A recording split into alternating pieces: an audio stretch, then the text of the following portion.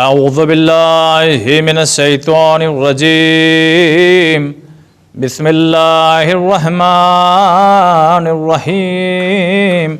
अल्हम्दुलिल्लाहिल्लज़ी हदाना लिहाज़ा वमा कुन्ना लिनहतदिया लौला अन हदानल्लाह। लक़द जाअत रसूलु रब्बिना बिलहक़ सुम्मस्सलातु वस्सलाम व तहिय्यतु वल इकराम अला नबिय्यिल उम्मिय्यिल मक्किय्यिल करशिय्यिल बतिय्यिल इब्तिहामी मौलाना व मौलस सकलैन जद्दिल हसन वल हुसैन अबिल क़ासिम मुहम्मद वालैहि तय्यबीन ताहिरीन अल-मासूमीन अल-मज़लूमीन अल-मुंतजबीन अल-मुंतखबीन। अम्मा बअदु फ़क़द क़ाल सुब्हानहु व तआला फ़ी किताबिहिल मजीद व क़ौलुहुल हक़।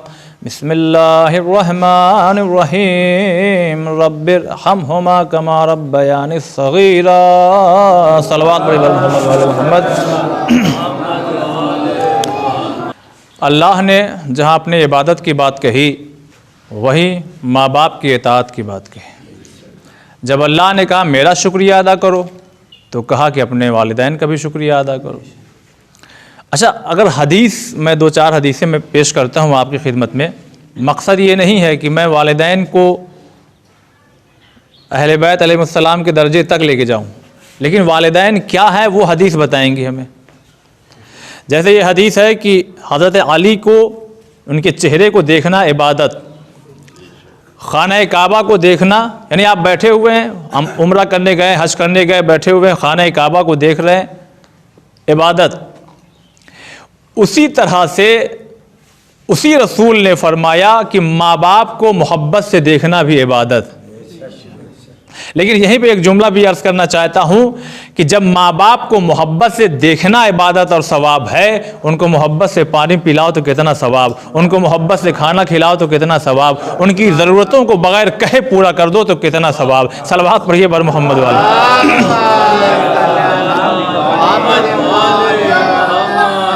अल्लाह कभी राज़ी नहीं होगा जब तक अहले बैत ना राज़ी हो जाएं। फिर मैं कह रहा हूँ, मेरा मकसद ये नहीं है कि मैं माँ बाप को उस दर्जे तक लेके जाऊँ, लेकिन माँ बाप की अहमियत क्या है ये हदीसें हमें बताएंगी और समझाएंगी। अल्लाह कभी राज़ी नहीं होगा जब तक रसूल की बेटी राज़ी ना। ये हदीस तो आपने सुना हुआ ना। अगर भाई हुजूर ने फरमाया जिससे मेरी बेटी राज़ी उससे मैं राज़ी, जिससे मैं राज़ी उससे खुदा राज़ी, लेकिन अहले बैत जिससे राज़ी है उसी से खुदा राज़ी। यानी इसका मतलब ये हुआ कि अगर अहले बैत राज़ी नहीं तो खुदा राज़ी नहीं हो सकता। तो वही हाल तो सूरत हाल माँ बाप की है, अगर ये राज़ी नहीं तो फिर वो राज़ी नहीं। माँ बाप की खिदमत, माँ बाप का मर्तबा, उनकी मंजिलत आप हजरात मजालिस के ज़रिए अक्सर सुनते रहते हैं। अल्लाह ने कहा मेरी इबादत करो और वालिदैन की इताअत करो। मैंने कहा परवरदिगार कैसे इबादत करें? कहा सजदे में सर झुका दो इबादत हो जाएगी। कहा मेरी बारगाह में आओ तो सजदे में सर को झुका दो इबादत हो जाएगी। कहा माँ बाप की अगर इताअत करना है तो क्या करें? तो उसका भी तरीका कुरान में बता दिया गया। यानी अल्लाह की बारगाह में जाना है तो सर को झुका करके जाओ, वालिदैन के करीब जाना है तो शानों को झुका करके जाओ। देखिएगा, इंसान अगर खड़ा हो जाए, अगर मैं खड़ा हो जाऊं, देख क्या माँ बाप का एहतराम है। आप देखिए तो ईज़ान मोहतरम, अगर इंसान खड़ा हो जाए तो सबसे बुलंदी पे अगर कोई चीज़ थी तो पेशानी उसे मालिक ने अपनी बारगाह में झुकवा दिया। अब उसके बाद अगर कोई चीज़ बुलंदी पे थे तो ये शाने थे। तो अल्लाह ने कहा देखो माँ बाप के सामने आना तो अकड़ के मत आना, शानों को झुका करके खाकसारी के साथ आना। अच्छा, अब बुजुर्ग हजरात बैठे हैं, मैं आपके लिए कुछ नहीं कहता, मैं तो अपने छोटे भाइयों के लिए कह रहा हूँ। इस उम्र में पहुँचने के बाद और बुज़ुर्गों से जो तजर्बा हासिल हुआ उसको हासिल करने के बाद अक्सर ऐसा होता है क्लास फेलो हैं, एक साथ पढ़े लिखे, मगर ये बहुत बड़े, यानी दोनों का इल्म तकरीबन बराबर है, मगर ये वाले आलिम जो है वो ज़्यादा नामवर हुए, मशहूर हुए, और ये वाले नहीं हुए। एक ही साथ MBBS पास किया दोनों भाइयों ने या दोनों डॉक्टरों ने, एक गांव के रहने वालों ने, मगर इनकी बहुत चलती है, लाइन लगी रहती है, 300 400 नंबर लगे रहते हैं। और ये जो दूसरे डॉक्टर साहब हैं ये बैठे हुए इंतजार करते हैं कि कोई आ जाए। है कि नहीं है? ये मिसाल है कि नहीं? सामने बिल्कुल मिसाल दे के तब समझाना चाहता हूँ। अज़ीज़ान मोहतरम, बहुत सी वजूहात में से 2 वजह ये है कि इल्म तो है मगर कामयाब नहीं हुए। मेरे जो छोटे भाई हैं वो ज़रा गौर से सुनेंगे।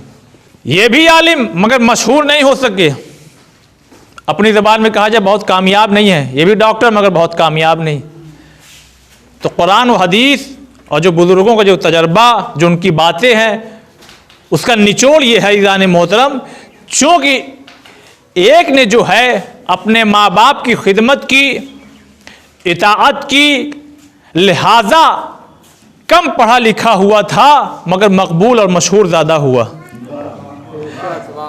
आप देख लीजिए, अपने मौजे में भी देख लीजिए, पड़ोस के भी, और जहाँ जहाँ तक रिश्तेदारी हो, कि जिसने अपने माँ बाप की इताअत नहीं की वो कितनी भी PhD की फाइल अपने पास रख ले, कामयाब नहीं हो सकता। अगर किसी ने माँ बाप की खिदमत की, हाई स्कूल ही क्यों ना पास हो, उसे अल्लाह नेमतों से नवाज देता है। वही हाल आलिम हो, डॉक्टर हो, जो भी हो।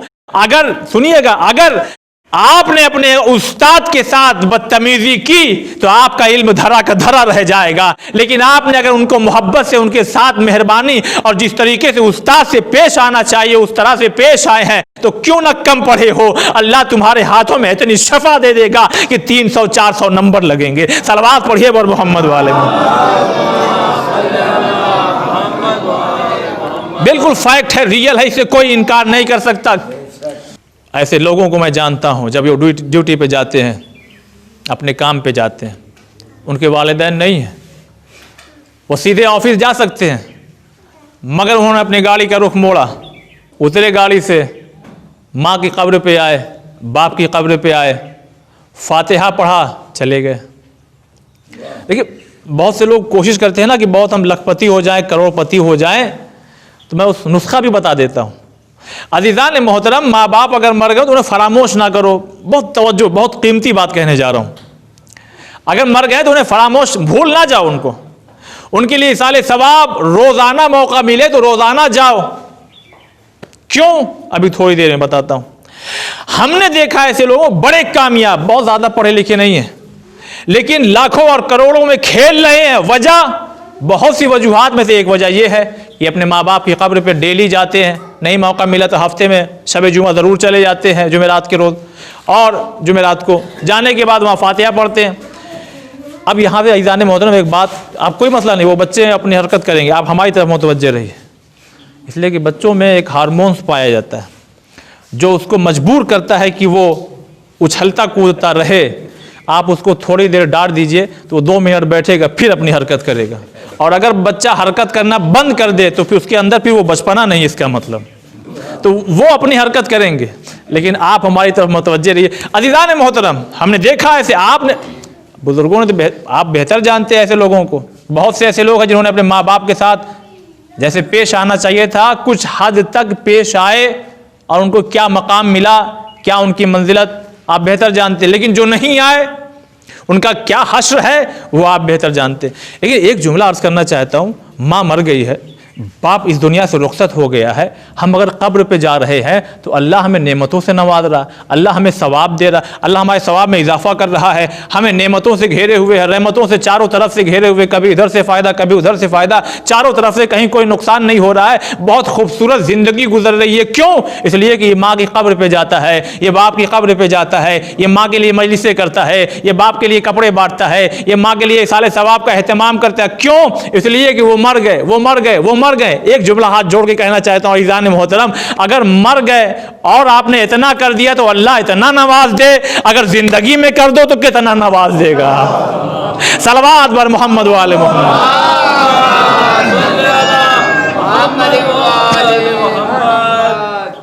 एक शख्स आया, अब ये नहीं मालूम कि छठे इमाम थे या रसूल, बहरहाल मासूम की खिदमत में, कहने लगे कि मौला ये बताइए, अब उसने बताया पता न कितने साल, कुछ साल से उसकी माँ जो है वो न चल पा रही है, न हिल पा रही है, न डुल पा रही है।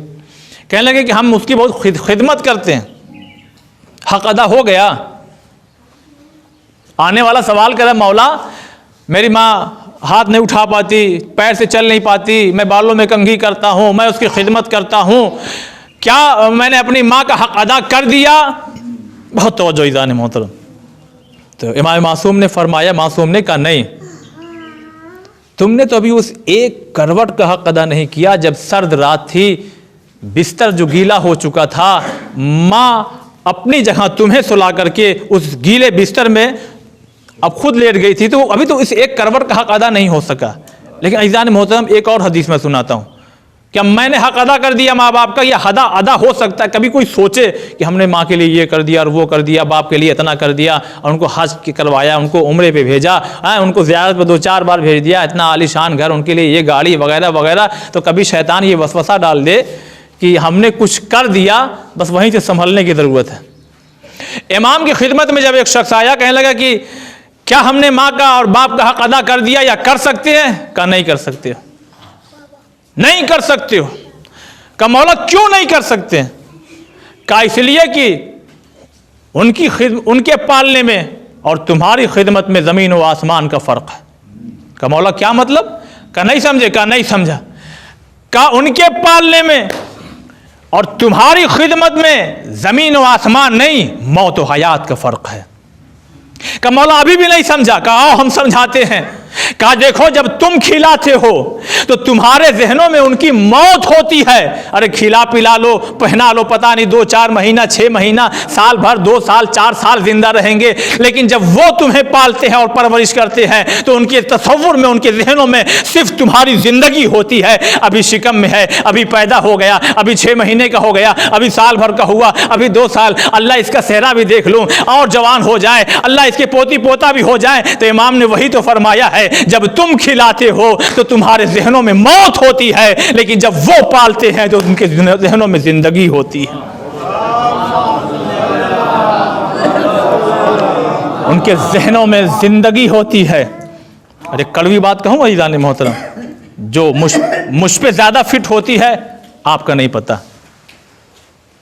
जिन्होंने हमें रोजाना, बहुत वाकई इस जुमले को पढ़ने में बड़ी एक कैफियत तारी होती है, जिन्होंने हमें 3 टाइम खिला के रोज़ाना जवान कर दिया हो, हम उसके मर जाने के बाद साल में एक मजलिस करके समझते हैं हमने बहुत कुछ कर दिया।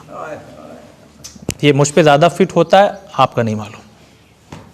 जिन्होंने हमें, अब यहाँ से जुड़िए ईज़ान मोहतरम, जिन्होंने हमें 3 टाइम कम से कम, अगर वो मुद्दत जोड़ी जाए जिसमें हर 2 घंटे पे शीर चाहिए तो वो तो अलग है।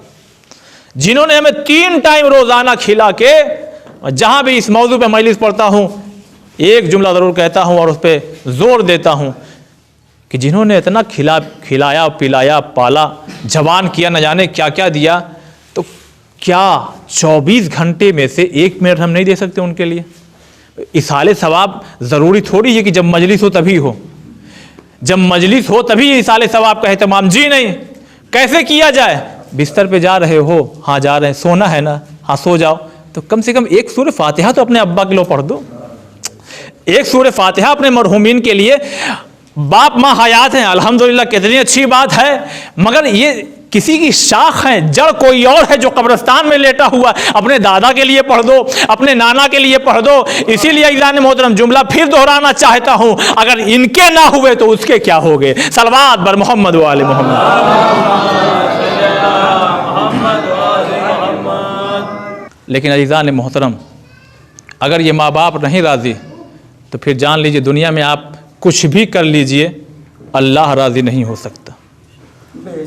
और नज़दीक से कह दूं, शायद किसी को गिरा गुजरे, कितने भी मजलिस कर लीजिए, चाहे कितने भी हज और उम्रा कर लीजिए, अगर ये नहीं राज़ी। अच्छा, बहरहाल हमारे भी माँ बाप गुजर गए, वालिद साहब, माँ बाहयात अल्हम्दुलिल्लाह, अल्लाह और उन्हें ज़िंदगी दे, और जितने भी हैं सबके।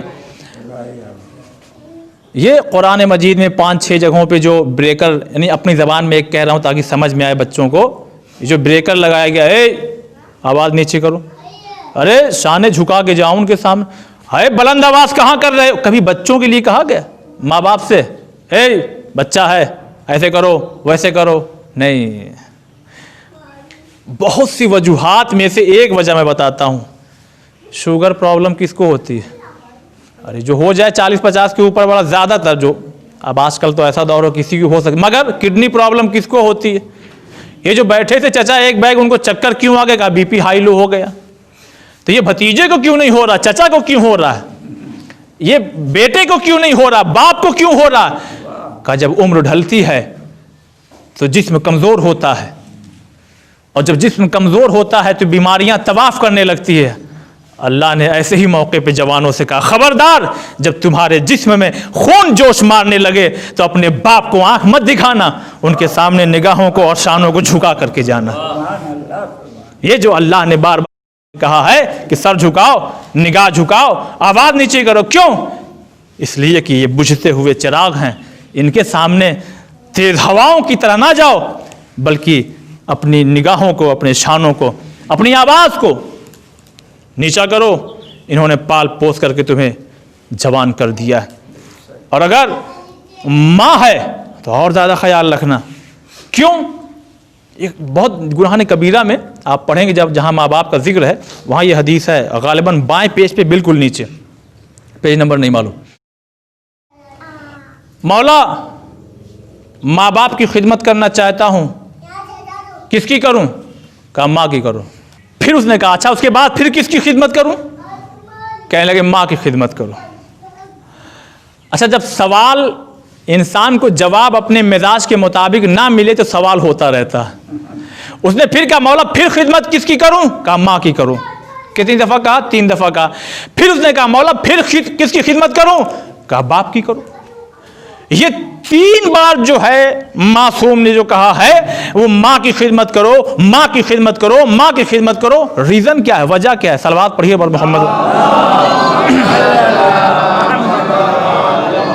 माँ की खिदमत करो, जाओ जाओ माँ की खिदमत करो, जाओ माँ की खिदमत करो।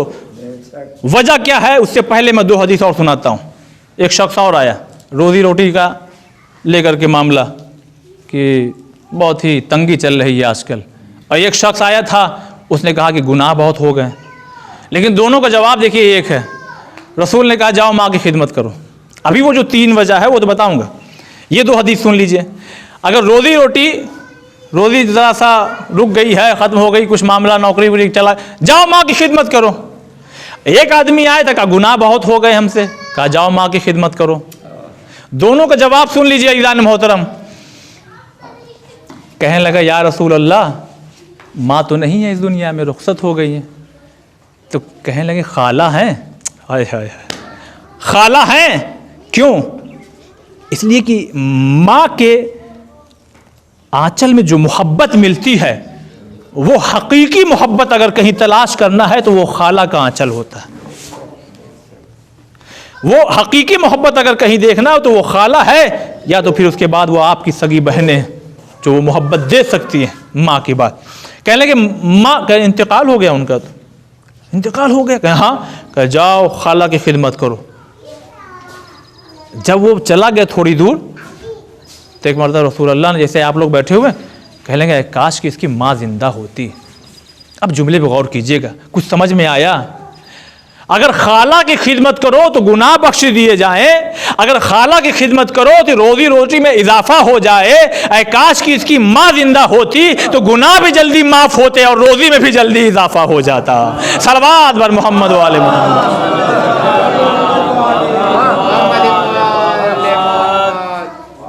माँ की खिदमत करो, माँ की खिदमत करो, माँ की। एक और हदीस सुनाता हूँ, वो भी गुनाह कबीरा मिलेगी आपको, बहुत पहले पढ़ा था।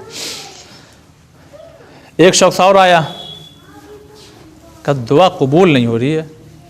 कहने लगे कि माँ से कहो। कहा नहीं है। कहा उनकी कब्र पे चले जाओ। तो कहा कि कब्र कहाँ है वो पता ही नहीं। हाय हाय, कब्र कहाँ पता ही नहीं।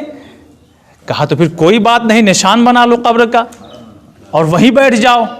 अब ईज़ान मोहतरम, यहाँ पे 2 बातें मैं आपकी खिदमत में अर्ज़ करना चाहता हूँ। चलिए उसने निशान बनाया होगा, दुआ की होगी, मगर उस कब्र में उसकी माँ तो नहीं है।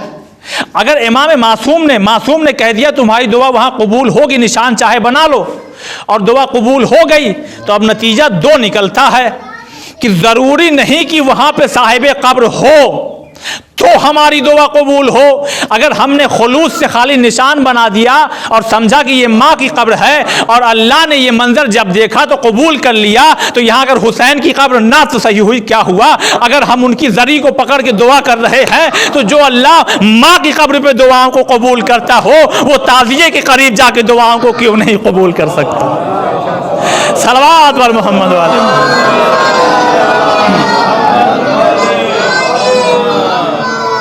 लेकिन जानते हैं अल्लामा ज़ीशान जवादी अल्लाह रहमत नाज़िल फरमाए, यहाँ से मैं अपनी पढ़ी हुई बात नहीं बल्कि अभी तक पढ़ी हुई बात ही अब सुनी हुई बात, लेकिन चूंकि उन्होंने फरमाया है तो इसलिए 100% मैं श्योर हूँ कि हाँ है, लेकिन अभी मैंने पढ़ा नहीं रिवायत।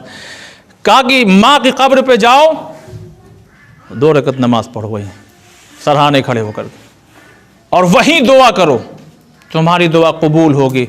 अब उन्होंने जो मंजर कशी पेश की है, अल्लामा फरमाते हैं कि जब कोई बंदा जब माँ की कब्र के करीब जाकर के मुसीबत में है ना, परेशान है ना, और जब दुआ करता है तो वो माँ जो रातों को उठ उठ के तुम्हारे लिए दुआ करती थी, वो कब्र में तड़प के कहती होगी, परवरदिगार मेरा बेटा आ गया और दुआ कर रहा है, ये दुआ कर रहा है, मैं आमीन कह रही हूँ तो कबूल फरमा। और होती है कबूल। तो अज़ीज़ान मोहतरम, जाओ माँ की खिदमत करो, जाओ माँ की खिदमत करो। कितनी दफ़ा कहा? 3 दफ़ा। क्यों? इसलिए 3 ऐसे काम हैं जो मां तो कर सकती है, बाप नहीं कर सकता। दुनिया का कोई बाप अगर चाहे तो वो 3 काम ऐसा है जो नहीं कर सकता कोई, मगर मां कर सकती है। पहला वो कौन सा काम है जो मां कर सकती है, बाप नहीं कर सकता? जानते क्या, मैं मिसाल पहले दे दूं तब ज्यादा समझ में आएगा। आपके मौजे में भी ये केस हुआ होगा, फलां चचा को जो है पथरी हो गई है। अब जब पता लगाया, उनसे मिलने गए, 2 दिन के बाद हॉस्पिटल में ऑपरेशन हो चुका था, उनका ऑपरेशन हो चुका था। तो जब मिलने गए, मैंने कहा चाचा सलाम वालेकुम। वालेकुम सलाम। अरे बेटा आओ बैठो। उन्होंने तकिए के नीचे से मोबाइल निकाला, इसलिए कि चोरी ना हो जाए, वहाँ है हॉस्पिटल है भाई, आते जाते रहते लोग। उन्होंने एंड्रॉयड मोबाइल था, उन्होंने दिखाया, बेटा ये देखो इतना बड़ा पत्थर निकला है। ये छोटा सा पत्थर था, इसलिए कि वो डॉक्टर दे देते हैं भाई, फोटो खींचना है खींच लो। उन्होंने दिखाया, कहा ये बेटा देखो ये पत्थर था, ये यही था यहीं पे। मैंने कहा कैसा महसूस कर रहे थे आप, फील कैसा कर रहे थे जब तक ये पत्थर था? कहने लगे जब तक था ना, जैसे लगता था कोई पहाड़ है, जैसे लगता था कोई पहाड़ है, बड़ी तकलीफ देता था बेटा, बहुत तकलीफ हुई। जब ये छोटा सा था तो मैं समझता था गैस वोस फंस गई है, मगर तकलीफ तब भी थी। ये और बड़ा हो गया, फिर और तकलीफ बढ़ गई। मैंने कहा ये कौन सी बीमारी हो गई? जब ये और बड़ा हो गया तो एक दिन तो बहुत अजीब कैफियत मेरी हो गई, तो उठा के लोग घर वाले डॉक्टर के ले आए। तो उन्होंने आके बताया कि इतना बड़ा पत्थर आपकी जिस्म में। ये बेटा इतनी तकलीफ, इतनी तकलीफ, इतनी तकलीफ, ये देखिए जुमले यही होंगे मरीजों के जो पथरी के स्टोन प्रॉब्लम। इतनी तकलीफ हुई, ये छोटा सा पत्थर, ये छोटा सा पत्थर, वजन बढ़ता गया, तकलीफ होती गई, वजन बढ़ता गया। जाओ माँ की खिदमत करो। क्यों? वजह, रीजन क्या है सुनिए। क्यों? इसलिए कि माँ वो काम करती है जो बाप नहीं कर सकता। ये बेटा जब ये इतना बड़ा था तो बहुत तकलीफ हो रही थी, जब और बड़ा हुआ और तकलीफ हो रही थी, इतना बड़ा हो गया तो बर्दाश्त ही नहीं हुआ, हमने निकलवा करके छोड़ दिया। तो ईज़ान मोहतरम कुछ समझ में आया, ये माँ है जिसको सलाम करो। अगर तुम्हारा वजन बढ़ता जा रहा है, माँ खुश होती जा रही है। सलवात वर मोहम्मद वाले।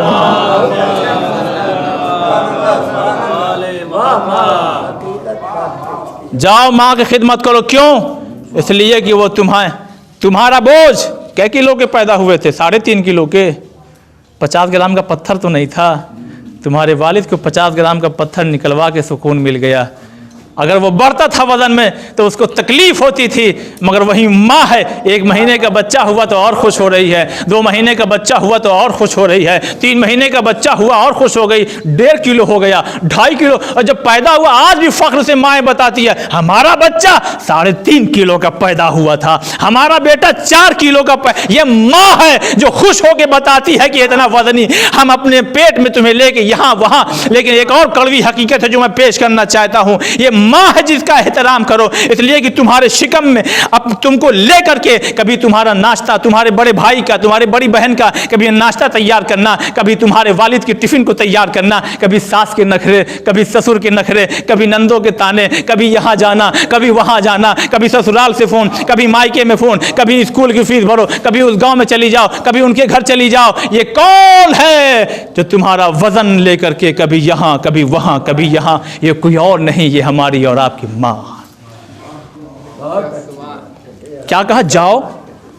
मेरा इरादा था, मुझसे कहा भी गया 45 मिनट, मुझे नहीं मालूम, लेकिन आप मुझे इशारा कर दीजिएगा, ये 3 बात अगर कंप्लीट हो जाए। जाओ माँ की खिदमत करो। माँ की खिदमत, या रसूल अल्लाह फिर किस खिदमत? कब फिर माँ की खिदमत करो? क्यों? वजह क्या है?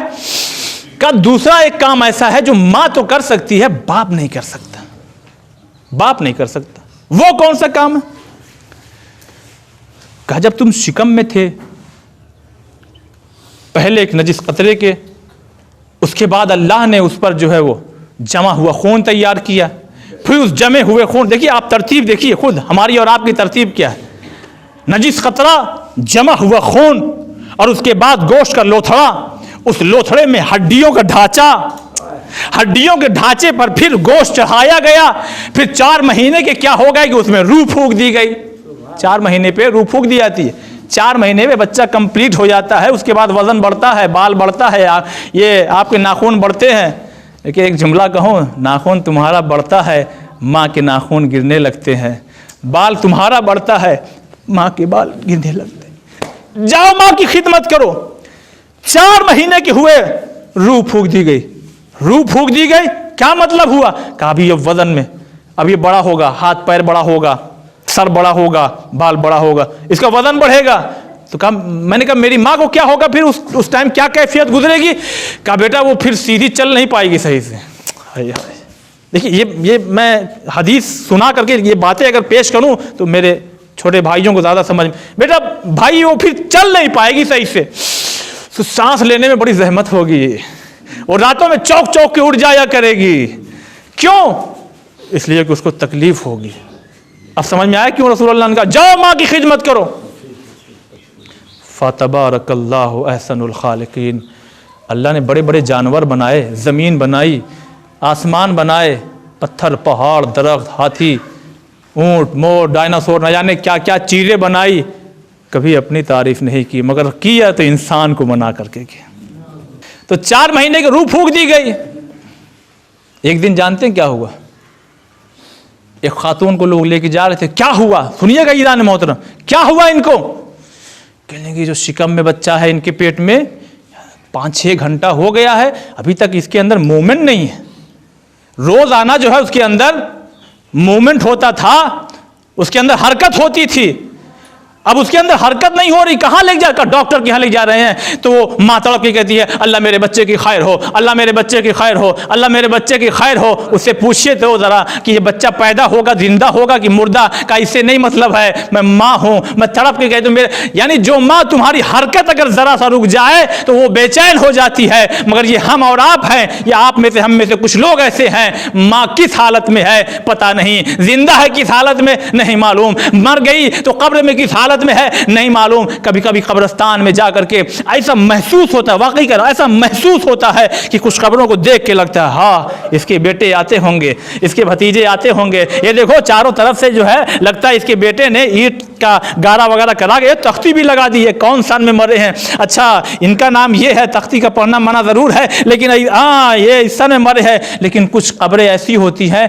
ऐसा महसूस होता है कि जैसे वो कदमों को थाम के कहती हैं मेरे मोहल्ले में जाना तो मेरे दरवाजे पे कह देना कभी कभी मेरे लाल कब्रिस्तान तो आ जाया कर। रूहें कभी कभी चीख के कहती हैं, जाने कभी कभी इंसान होता है ना, भूख लगी खाना दो, हाँ बन रहा है, भूख लगी खाना दो, बन रहा है, भूख लगी है खाना दो, बन रहा। अब आजिज़ी देखिए, अरे जो हो गया ला वही दो यार, जो हो गया ला दो जल्दी, चावल हो गया दाल ला दो, सब्जी की जरूरत नहीं है, रोटी की जरूरत, भूख बहुत तेज लगी है। रूहें कभी बेचैन होकर के कहती हैं हे मेरे लाल, अगर मजलिस नहीं करवा सकता, अगर गरीबों में तू कपड़े नहीं बांट सकता, तो ये जो तुम्हारा पुराना कपड़ा उतारे हो ना इसी को दे दो, कुछ सवाब मेरे अकाउंट में आ जाएगा। ये तड़प कहां से, ये हमें सुनाई नहीं देता ना। ये हमारे माँ बाप जो हमको पुकारते हैं कब्रिस्तान से, ए बेटा रुक, ये हदीस मफहूम बता रहा हूं। कोई इंसान गया कब्रिस्तान माँ बाप की ज़ियारत के लिए, थोड़ी देर वहां बैठा, हमारे जैसा होगा तो एक फातिहा पढ़ के भागेगा घर, बीवी इंतजार कर रही। लेकिन आपके जैसा होगा तो वहीं सूरह यासीन पढ़ेगा बैठ के, आपके जैसा होगा वहीं सूरह रहमान थोड़ी देर बैठेगा। और जब वो जाने लगता है ना तो शऊर होता है इतना, अगर इजाज़त मिलती है कि वापस अपने कब्र में पहुंचो तो वो रूहें तड़प के कहती हैं, ए बेटा थोड़ी देर और रुक जाओ। क्यों? इसलिए कि जब तुम कब्रिस्तान आए ना, यहाँ तो चारों तरफ सन्नाटा है, सब तो सो रहे हैं, लेकिन ये मेरे लाल जब तुम आए हो ना तो बड़ा सुकून मिल गया है। थोड़ी देर और रुक जाओ तो ज़रा सुकून मिल जाए। एक जुमला कहना चाहता हूँ, मरे हुए माँ बाप को अगर हमारे जाने से सुकून थोड़ा सा मिल जाए तो ऑफिस से आके बीवी के कमरे में सीधे ना चले जाओ, थोड़ी देर माँ बाप के पास बैठ जाओ। जैसे मरने के बाद उन्हें सुकून मिलता है वैसे ही जिंदगी में भी उन्हें सुकून मिलता है। सलवात बर मोहम्मद वाले मोहम्मद। जाओ माँ की खिदमत करो। अभी एक ही हुआ ना, दूसरा क्या है वो मामला, 4 महीने के हुए रूह फूंक दी गई, 4 महीना कंप्लीट हो गया, बढ़ रहा वजन, 8वां महीना कंप्लीट हो गया, ले चलो हॉस्पिटल इनको। डॉक्टर साइंटिस्ट कहते हैं अगर नॉर्मल डिलीवरी हो जाए तो कहते हैं कि जैसे हड्डियों को तोड़ दिया जाए पकड़ के, तो जो तकलीफ होती है वही तकलीफ विलादत के वक्त माँ को होती है। वही तकलीफ मां को होती है कि जैसे कोई हड्डी को पकड़ के तोड़ रहा हो। लेकिन खुदा की कसम, महरम रिश्तों में मैंने अपने को देखा है कि जब विलादत के बाद पूछा क्या खबर है, मुस्कुरा के कहती मेरा बच्चा तो सलामत है। ये जिगर किसी में है तो वो माँ है, माँ है। जाओ माँ की खिदमत करो। मगर मैं अगली बात कहना चाहता हूँ, मेरा ताल्लुक साइंस से भी है, मैंने मेडिकल की तैयारियां भी की है। वो बात अलग कि शौक ये था लाइन, लिहाजा अल्लाह का शुक्र है। जानते हैं आप, अगर सीजर ऑपरेशन से हो जाए कैफियत क्या होती है। एक माँ प्रेग्नेंट लेडी, एक है खामला औरत, स्ट्रेचर पर है, ऑपरेशन थिएटर में पहुंची, पकड़ के सर उसका डॉक्टर झुकाएगा, पेट झुकने नहीं देगा और झुकाएगा, पेट नहीं झुकने देगा और झुकाएगा, घुटनों तक लाएगा, झुको और झुको और झुको और झुको। आप यूं नहीं छू सकते हैं, आपका वजन लेकर के आपकी माँ यहां तक झुकती थी। क्यों? इसलिए कि एक डॉक्टर आएगा जो इंजेक्शन हाथ में नहीं लगाएगा, पैर में नहीं लगाएगा, ये रीढ़ की हड्डी में लगाएगा। और वो माँ हर सर्दी में कहती है ये इंजेक्शन बड़ी तकलीफ दे रहा है। जब तक वो जिंदा रहेगी ये इंजेक्शन उसको तकलीफ देगा। जब भी ठंड का जमाना आएगा, अब रसूल अल्लाह को सलाम करके कहो या रसूल अल्लाह आपने सच कहा है कि जाओ माँ की खिदमत करो, जाओ माँ की खिदमत करो। तीसरा मरहला कौन सा है कि जाओ माँ की खिदमत करो। कहने लगे जाओ माँ की खिदमत करो, क्यों? तीसरी बार क्यों? कहने लगे इसलिए कि एक काम और है जो दुनिया में कोई बाप नहीं कर सकता सिवाय माँ के। मैंने कहा वो क्या है? कहने लगे यही तो तुम्हारी माँ है जिसने तुम्हें 2 साल तक शीर मादर पिलाया है। अच्छा, फिर कह रहा हूँ साइंस से ताल्लुक है। एक बात मैं कहना चाहता हूँ, शिकम में थे, पेट में, तो भी तो कुछ पी रहे थे। अगर अपनी ज़बान में कहा जाए तो माँ का खून ही तो पी रहे थे। डॉक्टर तभी तो कहते हैं अब आप अपनी डाइट बढ़ा लीजिए, अपनी ग़िज़ा जो है बढ़ा लीजिए। शौहर से कहते हैं अब इनको फ्रूट खिलाओ भाई, इनको सेब खिलाओ, बादाम खिलाओ, कोई ताकत वाली चीज़ खिलाओ। क्यों? क्या इसलिए कि अब इनकी ताकत 2 हिस्सों में डिवाइड हो रही है, 2 हिस्सों में, 2 जगह पे जा रही है। एक तो खुद इसकी बॉडी को चाहिए और दूसरा हिस्सा इसके बेटे को चाहिए, या बेटे को जो पेट में पल रहा है उसको चाहिए। लिहाजा मैं जुमला कहना चाहता हूँ आपकी और अपनी ज़बान में, जब पेट में थे तो खून पी रहे थे, जब ज़मीन पर आ गए तो शीर पी रहे हो, तो कम से कम अपनी माँ के अगर ज़िंदा है तो जितने ज़्यादा खिदमत करना है कर लो, अगर नहीं है तो साल भर में एक मजलिस करके फ़ख्र मत किया करो। सलवात बर मोहम्मद वाले मोहम्मद। जिसने तुम्हें खून पिलाया हो, जिसने तुम्हें शीर पिलाया, अपनी ताकत उठा के जो तुम्हें दे दी हो, उस हस्ती को माँ कहते हैं। और करीब से समझाऊं मैं आपको, क्योंकि मौजू वालिदैन नहीं है। हो गया 40 मिनट तकरीबन, मगर मौजू वालिदैन नहीं, समझ में यही आ रहा वालिदैन ना, मौजू है जो वो 1 मिनट में, यानी कुछ देर बाद 1 मिनट की गुफ्तगू होगी और आपको समझ में आ जाएगा। होता है ज़माने में, पता नहीं यहाँ हुआ कि नहीं हुआ, बाप ने जो है, नालायक था बेटा, उसने निकल जाओ बाप ने बोला निकल जाओ, बहुत शरारत करते हैं, निकलो यहाँ से, चलो। आज उनको परेशान किया, कल उनको कल वहाँ से शिकायत, वहाँ से शिकायत, कहाँ से तुम्हारी शिकायत आती है, चलो निकल जाओ। ज़बान से नहीं साहब, दिल से कह रहा है बाप, निकलो चलो। एक हस्ती है जो बेचैन हो रही है कि अरे नहीं, रोक ले इसको, मगर अब नहीं बोल पा रही है माँ। निकाल दिया गया बेटा। अब बेटा चला, आ गया अपना साथियों में, शाम हो गई। जब शाम हो गई तो साथी घर चले गए। हर साथी से कहता मुझे भी ले चलो, क्या तुम्हारी वजह से मैं भी निकाल दिया जाऊंगा। तुम्हारी वजह से, मिसाल सुनिए उसके बाद आपको समझ में, तुम्हारी वजह से मैं भी निकाल दिया जाऊंगा। रात हो गई, चारों तरफ सन्नाटा। थोड़ी दूर पे भाई का घर था, वहां पहुंचा दक्कुल बाप। भाई ने दरवाज़ा खोला, क्या बात है रात में, खैरियत? तो कहने कि वो बाबा ने जो है वो निकाल दिया घर से। कहे जब बाप के नहीं हुए तो हमारे क्या हो गए। बहुत सामने की बात कह रहा हूँ। चलो जाओ कहीं और जाओ। जब बाप ने जगह नहीं दी तो फिर हमारे यहाँ क्या करोगे तुम आकर, जाओ चलो यहाँ से। थोड़ी दूर पे बहन का भी ससुराल था, वहाँ पहुँच गया। बहन ने भी दरवाज़ा खोल के बस इतना कहा, भाई चले जाओ, ये ससुराल मामला है, रहने दो हमको यहाँ पर। साहब रात तो गुजर गई, बाहर बैठ करके यूं ही 8 बजा, 9 बजा, 9:30 बजा, 9:45, दरवाजे पे निगाह जमी हुई है। अब खुला, हाँ खुल गया। कौन निकला? बाप। बैग लिए हुए कहाँ जा रहे हैं? ड्यूटी पे जा रहे हैं, ऑफिस जा रहे हैं। ये बाप चले गए बाप। अब बाप जब चले गए, दरवाजा तो बंद हो गया जैसे ही बाप निकले। अब ये चला, सुनिएगा बस मौजू क्या है सुनिए।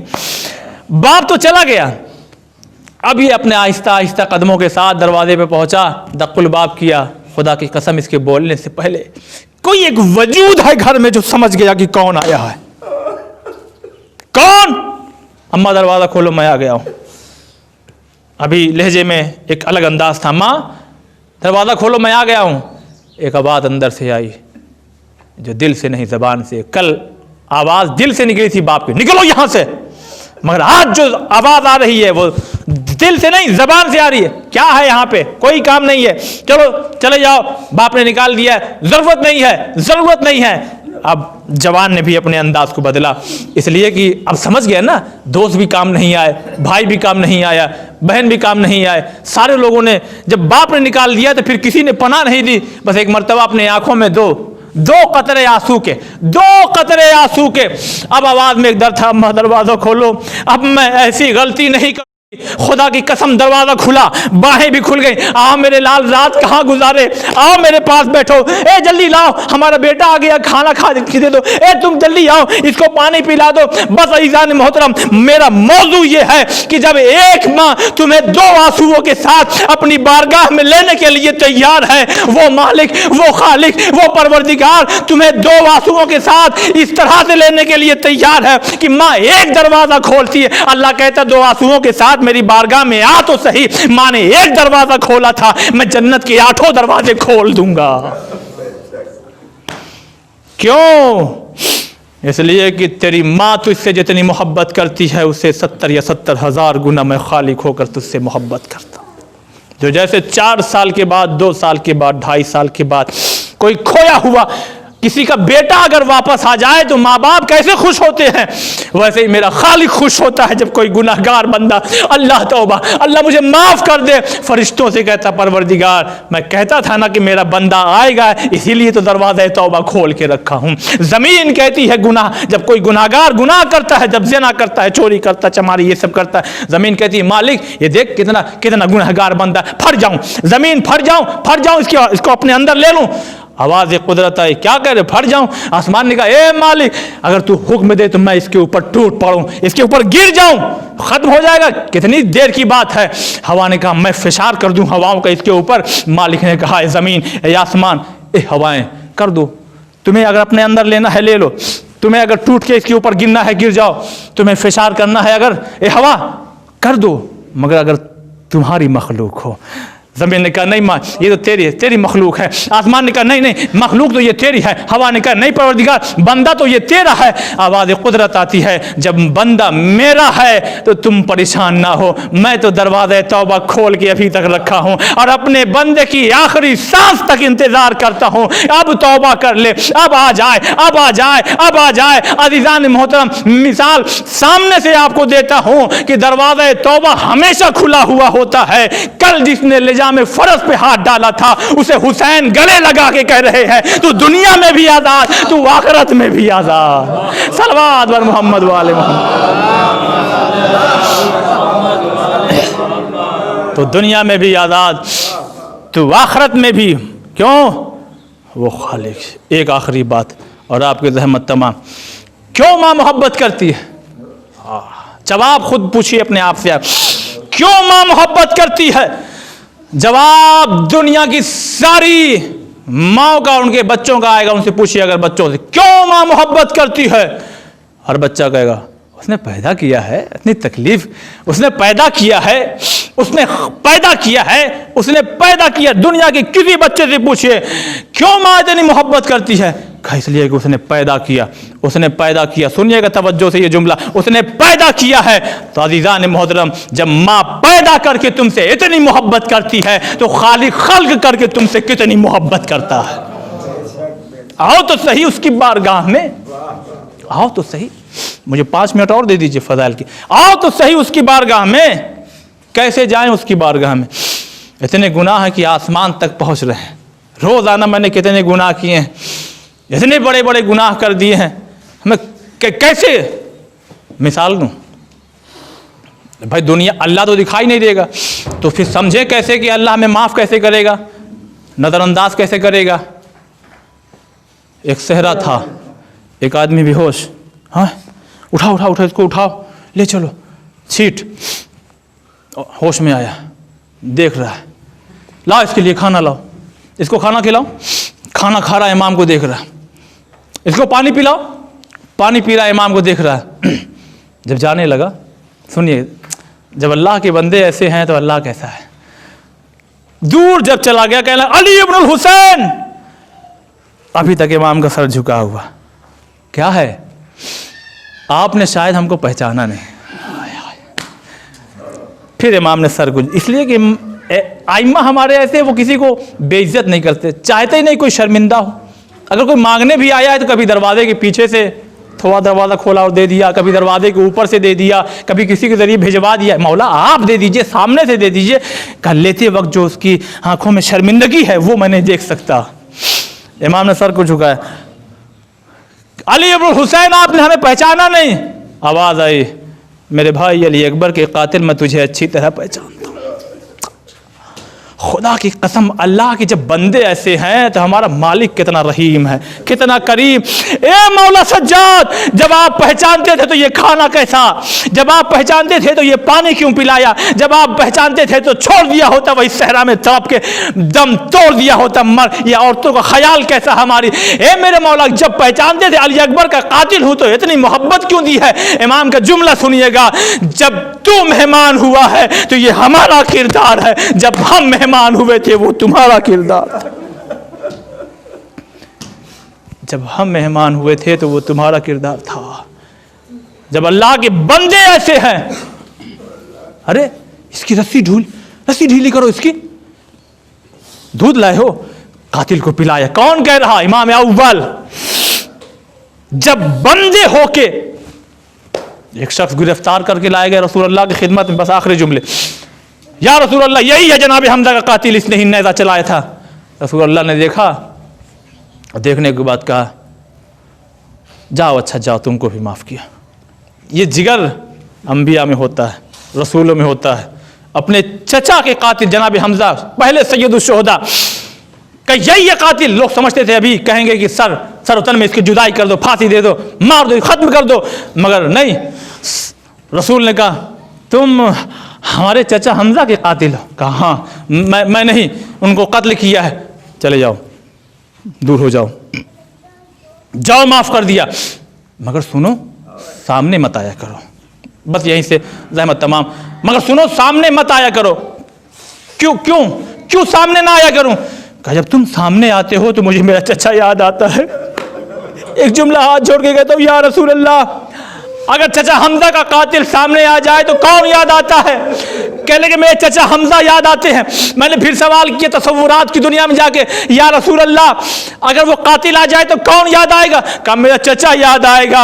शायद इसी वजह से सकीना पूरे सफर में रोती रही। कभी चचा का कातिल सामने, कभी बाप का कातिल सामने, कभी जैनब ने सर पीट लिया, शिमर आ गया, कभी कुलसूम ने सीना पीट लिया, अरे शिमर आ गया, कभी रबाब ने अपनी गोद में झांक कर देखा, अरे उर्मिला तो आ गया, असगर नहीं आया। जज़ाकुमुल्लाह, खुदा इन आवाज़ों पे अपनी रहमत को, इस आवाज़ों पे अपनी रहमत को नाज़िल फरमाए। लीजिए काफिला चला, काफिला चल रहा। माँ बड़ी मोहब्बत करती है ना, मगर एक माँ है ऐसी जो जिंदान में बैठी हुई है, कभी दाहिने। देखिए माँ की खसलत है, खुदा की कसम जो बुजुर्ग है वो बेहतर जानते हैं। रातों में उठ के बेटा जिंदा है उसके बावजूद भी अगर दाहिने से उठा के आप उसको बाईं तरफ कर दिए, वो चौंक के कहती है मेरा बेटा कहाँ चला गया? अरे मेरा, अच्छा यहाँ पे है, मेरा बेटा बाईं तरफ किसने कर दिया? कि हमने इधर कर दिया कहीं गिर ना जाए। अल्लाह अकबर। रातों में उठ के एक माँ है जो कभी दाहिनी तरफ हाथ करती, कभी बाईं तरफ हाथ करती और तड़प के कहती थी, ए अली असगर कहाँ हो? जज़ाकुमुल्लाह, जज़ाकुमुल्लाह। अली असगर को तो माँ ने पहले ही खो दिया था। बस एक मरतबा वो भी दिन आया, अरे जब रात की तारीकी में एक बच्ची ने गिरिया किया। बस एक मरतबा सैयद सज्जाद उठे, ए बेटा क्या हुआ? ए मेरी बहन क्या हो गया, क्यों रो रही हो? कहने लगी भैया अभी मेरे बाबा आए थे, मुझे ना गोद में लिया, प्यार कर रहे थे और कह रहे थे सकीना मैं तुमके लेने के लिए आया हूँ। बस अहले बैत के घर के थे, समझ गए सकीना की आखिरी रात। बस एक मरतबा एक कोहराम सा बर्पा हो गया, वाह हुसैना, वाह हुसैना, वाह हुसैना। मरतबा यजीद ने अपनी खिड़की खोला, कौन क्यों रो रहे हैं? किसी ने आकर के देखा और जाके कहा ए अमीरुल मोमिनीन, इसलिए वो यजीद को कहते थे, कहा यजीद, इसलिए जिंदान में जो बच्ची है ना वो अपने बाबा को याद करके रो रही है। बस 5 मिनट की मसला, जो जिंदान में बच्ची है ना वो अपने बाबा को याद करके रो रही है। ये बताइए आपकी बच्ची और बेटा अगर रोए तो आप क्या करते हैं? कहा हम तो उस गोद में लेकर के कभी दुकान पर निकल जाते हैं, कभी मैदान में निकल जाते हैं, कभी यहाँ चले जाते। क्यों? इसलिए वो कि चुप हो जाए, इसलिए कि चुप हो जाए, खिलौने दिला दो चुप हो जाए। मगर हाय रे रबाब की बेटी की किस्मत, सकीना को चुप कराने के लिए खिलौने नहीं लाए गए, बाप का कटा हुआ सा। बस एक मरतबा जैसे ही कपड़ा हटा चीख के कहा भैया मैं कहती थी मेरा बाबा आया था, लो मेरा बाबा आ गया। जज़ाकुमुल्लाह, जज़ाकुमुल्लाह। बस 2 मिनट की और मसाइब और आपकी रहमत तमाम। बस अज़ादारों एक मरतबा जैसे ही सकीना ने देखा बाप के कटे हुए सर को, आंखें बंद है, हाथों में सर को ले लिया, बाबा आंखें खोलो, बाबा आंखें खोलो। आंखें नहीं खोल रही है। बस एक मरतबा सकीना कहती मगर ये बाबा ये बताइए ये आपके जो चेहरे पे जख्मों के निशान कैसे हैं? बाबा एक मरतबा बाल को झाड़ के कहती है बाबा आपके सरों में ये गर्द कैसी है? बाबा आपकी गर्दन को किसने काट दिया? बाबा आंखें तो खोलो, आंखें तो खोलो बाबा। ए बाबा मुझसे भी तो पूछो ये नील निशान कैसे? बाबा मुझसे भी तो पूछो मेरे कानों से ये खून कैसा टपक रहा? ए बाबा मुझसे भी तो पूछो ए बाबा मेरा दामन क्यों जल गया? बाबा आपके बाद तमाचे रुखसार से रुखसार मिला दिया, जिंदान में कोहराम बरपा, बीवियों की आवाज मगर नहीं तो सकीना की नहीं आई। भाई उठा, हाथों को हाथ में लिया, सर को झुका के कहा इन्ना लिल्लाहि व इन्ना इलैहि। खुदाया हमारी इस मुख्तसर से इबादत को कबूल फरमा, परेशान हाल की परेशानियों को दूर फरमा।